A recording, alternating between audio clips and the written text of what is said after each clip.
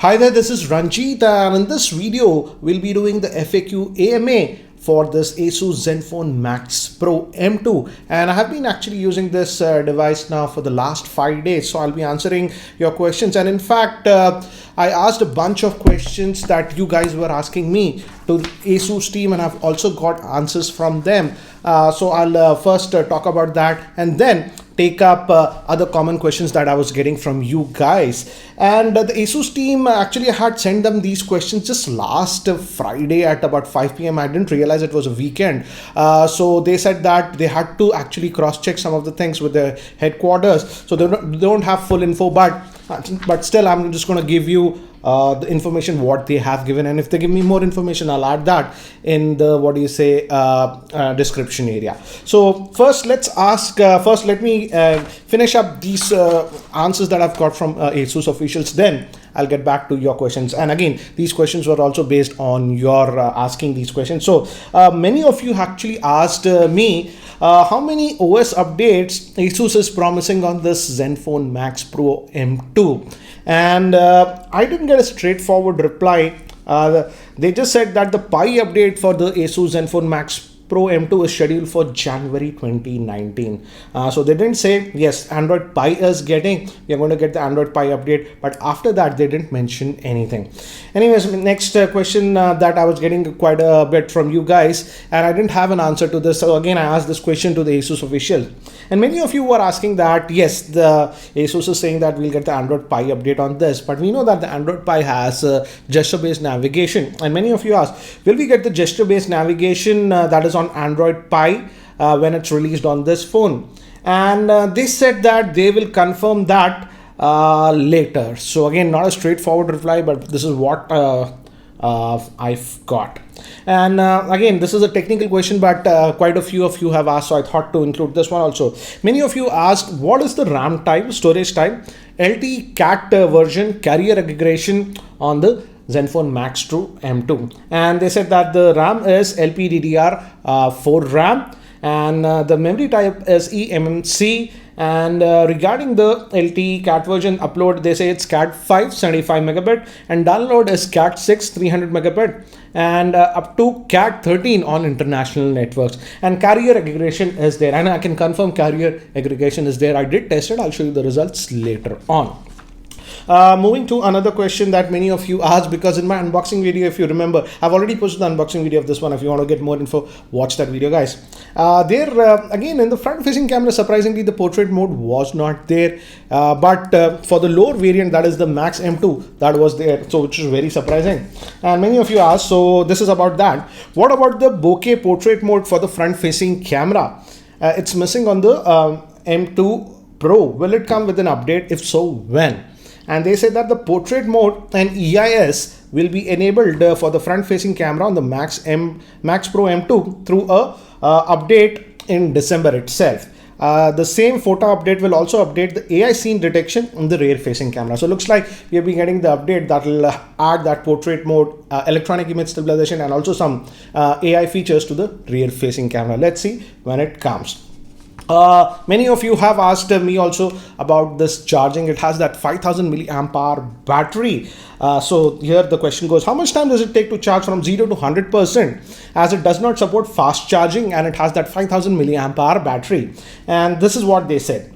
Zenfone Max Pro M2 does not support fast charging, but comes with a 10 watt charger that is supplied in the box, which charges 60% of the battery in about 1 hour 20 minutes and 100% of the battery in about 3 to 3.5 hours. So this is their official statement, guys, but I did my own testing. As you can see, on 8.4 I kept it on charge and it was at 9%. After 1 hour it reached 50%, and after 2 hours it reached 83%, and finally after 3 hours it reached 99%. Next question I got is regarding slow motion and stuff. So I was also not sure when we'll get that. So I asked this question: when will we get slow motion video recording and full screen YouTube video features They say that they will confirm on the slow motion possibility later, so I didn't get a straightforward reply for that. And regarding full screen YouTube is dependent on stock Android capabilities, they say. Again, as this is what I got the reply. And many of you have asked this particular question to me, so I thought of including this. What about camera to API and Project Treble support in Asus Zenfone Max Pro M2? And can we install Google Camera without rooting it? And the answer I got is, they say yes, Project Treble is supported on this phone, but they say as of now camera to API is not unlocked. So sadly, no camera to API functionality is there as of now. And this is another question that we got, and I think so yes, this is a valid question, because if we recall the the earlier version, that was the Zenfone Max Pro M1, that had 3 variants, 3, 4 and 6, and the 6GB RAM variant had a different camera. So many of you asked, do all the variants of the 3, 4, 6GB RAM variants of this Zenfone Max Pro M1 have the same camera, or is it different this time on the 6GB RAM variant? And the answer I got is all memory variants have the same camera. It's nice to see that all variants, if you get even the 3GB RAM variant, that is for 13,000, has the same camera setup. And I feel now, because it has that same camera setup for 13,000, if we look at the camera, both the front and the rear combination, I think so it's the best camera setup for 13,000. Next question that I got is again about some updates. When will the option to hide the notch would be brought on this smartphone? Again, the answer I got is, since it's in stock Android, the hide notch functionality is dependent on the features of Android Pie. So some of the answers that we got were not straightforward, but these were the answers that I got from Asus guys. Now let's move to your questions, and I'll answer them based on my 5 days of usage of this device. So the first question that we got was from Prem. He's asking, using the Zenfone Max Pro M1, how is the battery performance on the Zenfone Max Pro M2 compared to the M1, as it has a more powerful processor and the same battery? Also, which security patch is it right now? M1 is on October security patch. This one is also on the October security patch as of now. And I asked Asus officials about the Android security update, and they said that these phones will be getting Android security update once every 2 months. So hopefully the December update should come out with that photo update that they were talking. Now moving to the battery life, surprisingly the battery life is actually really good on this one. And here are some of the charts that you can see. And as you can see, over 8 hours of screen on time. The first one was the first day chart, so I didn't get that great results. About 1.5 days worth of standby time. And as you can see, this is the second chart cycle, and this was with Airtel 4G, that is was VoLTE was enabled. And yes, many of you have asked me about what you said, does it support Airtel VoLTE? Yes, it does support Airtel VoLTE and obviously Jio VoLTE. And as you can see, again, the battery life that I got screen on time is about 8 hours 25 minutes. You might say that's not great, but look at the standby time, guys. The standby time is more than 2 days. So the battery life is actually really good on this one. And also the standby time actually is really good. But again, guys, this was my testing with just a single SIM and almost 98% time on 4G, that is Airtel data. So the battery life is definitely good on this one. So let's move to the next question. This is by Vinay. How's the camera performance against the Redmi Note 5 Pro, as it got the same sensor with the bigger aperture?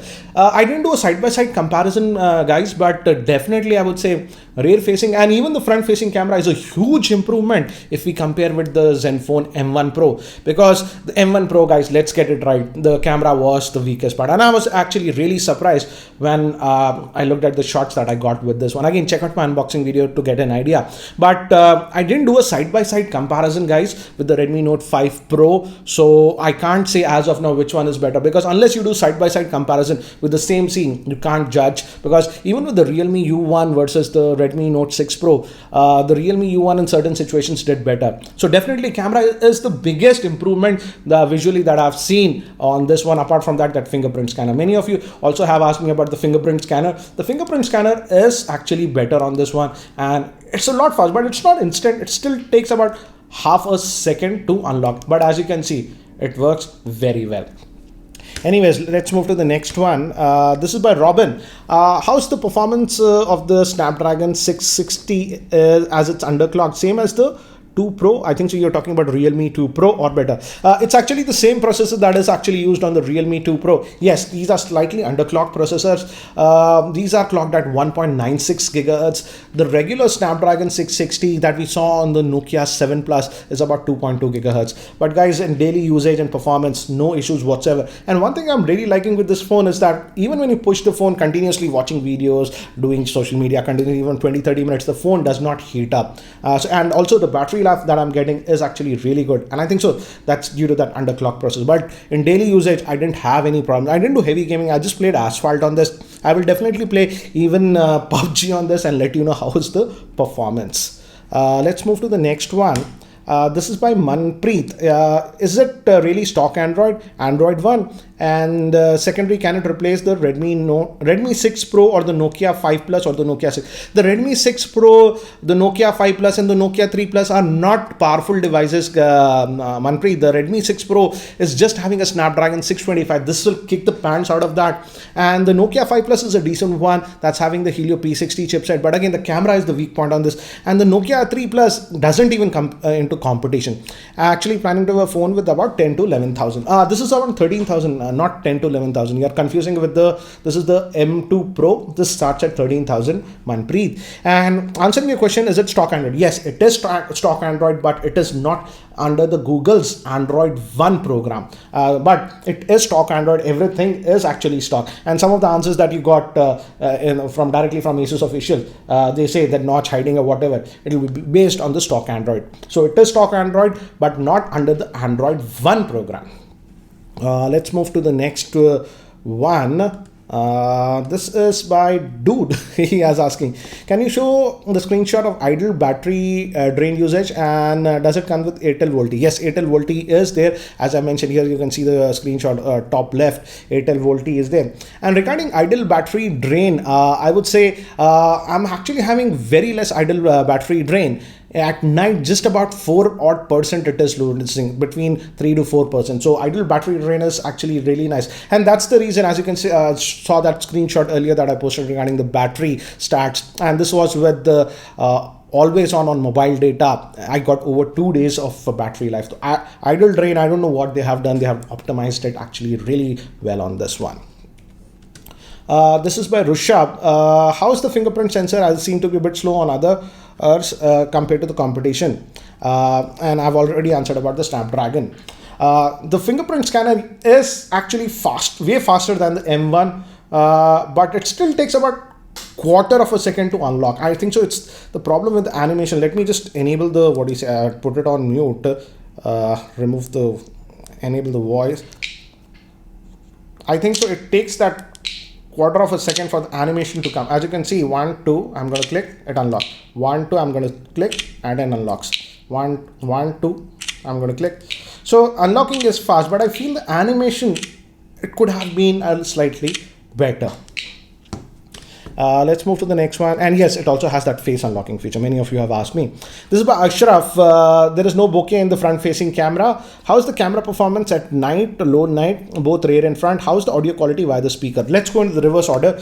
I would say the speakers, though it's just having that single speaker here, it is actually really loud. The speaker is really loud, so you don't have to worry. And I even took calls via speakerphone, no issues. Headphone jack, I would say it's good enough, but I felt that the bass could have been slightly better. If only they can add some equalization options in the settings. I didn't find that one. But yeah, the speaker, if you're talking about speaker amplification, that's good. Headphone jack, I would say it could have been slightly better. Now moving to the camera performance. Again, the camera performance is good compared to most other handsets in this price range, and even in artificial lighting conditions, yes, you can take some good shots. But the only thing that I've noticed, and I think so they can fix this, I feel this is a bug with the OT update. With the rear facing camera, I'm noticing, this is the front facing. If you go rear facing, if there is a slight half a second shutter delay, and if you're not careful, then the images can come out to be a little bit shaky. I hope they fix that slight shutter delay. This is happening a lot with the rear facing camera in indoor lighting condition. One thing that was very surprising to me is the front facing camera.